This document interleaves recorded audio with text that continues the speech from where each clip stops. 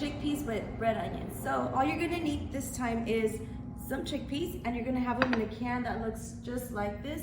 Fun fact, chickpeas are also called garbanzo beans, so don't be confused if your can says garbanzo beans and not chickpeas. You're also gonna have a red onion, just a fourth of a red onion. You're gonna have some paprika, and you're gonna have some garlic powder. This is some oil and some salt and pepper, which you can get from your pantry. So all you're gonna do is you're gonna put your chickpeas, like I did right here, you're gonna put them on a plate with a napkin on the bottom as well, so you can drain all that juice from there, right? So once you do that, this is already gonna absorb some of that liquid, and you're also gonna tap them, pat them dry, to have them as dry as you can.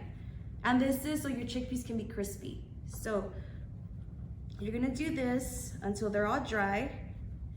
And whenever they're dry, what you're gonna do is you're gonna put them in this bowl right here, because we're gonna be chopping our onion and we're gonna be adding our oil. So once they're dry, I'm gonna keep tapping it a little more.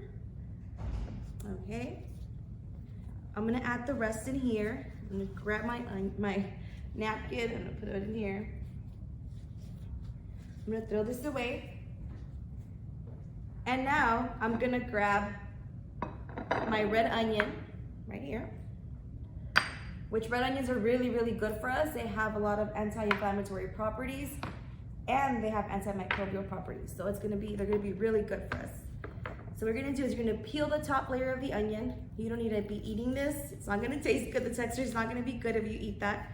You're gonna peel the top layer, you're gonna discard it. And then what you're gonna do with your knife, your kid-friendly knife, is you're gonna just chop off the little tip of the onion, if you have one. Chop off the other side as well. And then what you're gonna do is just kind of try to cut it in little squares. So in a saw motion, you're gonna go back and forth, and you're gonna cut your onion just like this. And this is gonna be up to you if you wanna leave it like this in little strips, or if you wanna cut it in smaller pieces. I like smaller pieces, so I'm gonna do that, and it's gonna help me practice my cutting skills, right? So I'm gonna grab my knife again, and I'm gonna go the other way to cut smaller pieces, just like this. So my pieces are gonna be kind of like, let's see, this size, just a little smaller. So what I'm gonna do now is I'm gonna add my onion into my bowl as well. So I'm gonna add it, put my onion in here. All the onion I have, put it in here, just like this. I'm gonna grab a spatula or a spoon, whatever I have at home. I'm gonna grab it, I'm just gonna mix everything together, like so. And then with your oil, olive oil, you're gonna put it in your bowl along with your chickpeas and your onion, just like this. You're gonna mix everything up until all your chickpeas and your onion is coated in that olive oil, just like I did right here. What you're gonna do next is you're gonna grab a baking sheet, and you can either put some parchment paper or some foil, some aluminum foil on your cooking sheet, and you're gonna put your chickpeas here. I'm gonna put them all in here, all of them. And now, I'm just gonna spread them out. You can either use a spoon, like I'm doing right here, or you can use your hands. And make sure they're all spread out evenly, that they don't try to make sure that they're not overlapping each other, so they can all cook evenly. And once you're ready, you're gonna put it in your oven for 475 degrees, and then you're gonna leave them in there for about 20 to 25 minutes, and then they'll be crunchy. Okay, so our chickpeas are ready. They look delicious, they're crunchy.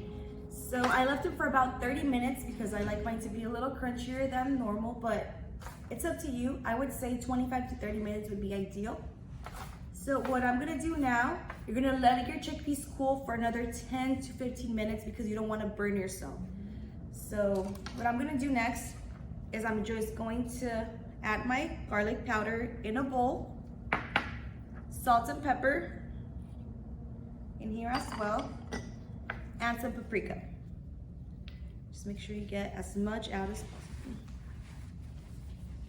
Okay, there you go. And I'm just gonna mix everything together. And now what I'm going to do is I'm going to add my chickpeas carefully because they might still be a little hot. Carefully add them in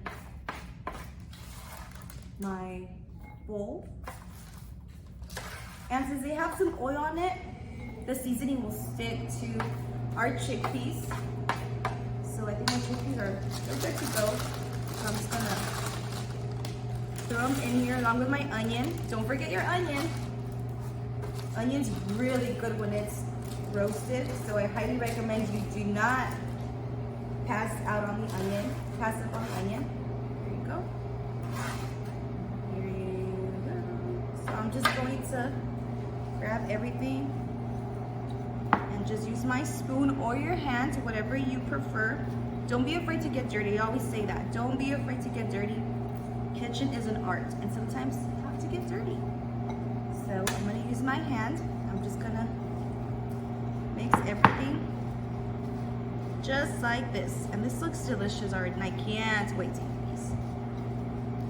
So all you do next is just eat them and enjoy them. So you can do these as a side, or you can also eat these as a snack. So it's whatever you want to do. So I hope you enjoy these. Bye.